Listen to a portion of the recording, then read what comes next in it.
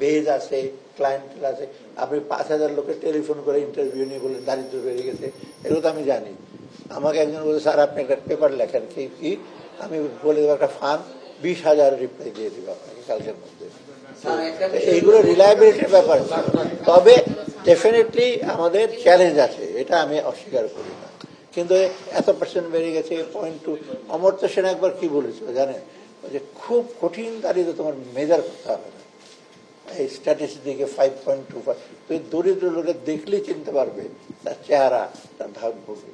আর তবে ওটা গ্রেডেশনের জন্য তখন আপনার মেজার করতে।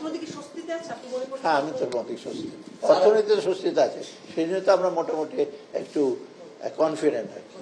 বাকিগুলো ব্যাপারে আমি না কোনো অপব্যয়, আমার তো মনে হয় কোনো নতুন গাড়ি দেওয়া হচ্ছে না, সরকারি কোনো যত উৎসব সব বন্ধ করে দেওয়া হয়েছে আমরা। অতএব মনে হয় না আর খুব স্ট্রেস আছে, বেতন পাচ্ছে না, আমি তো দেখি না বেতনের।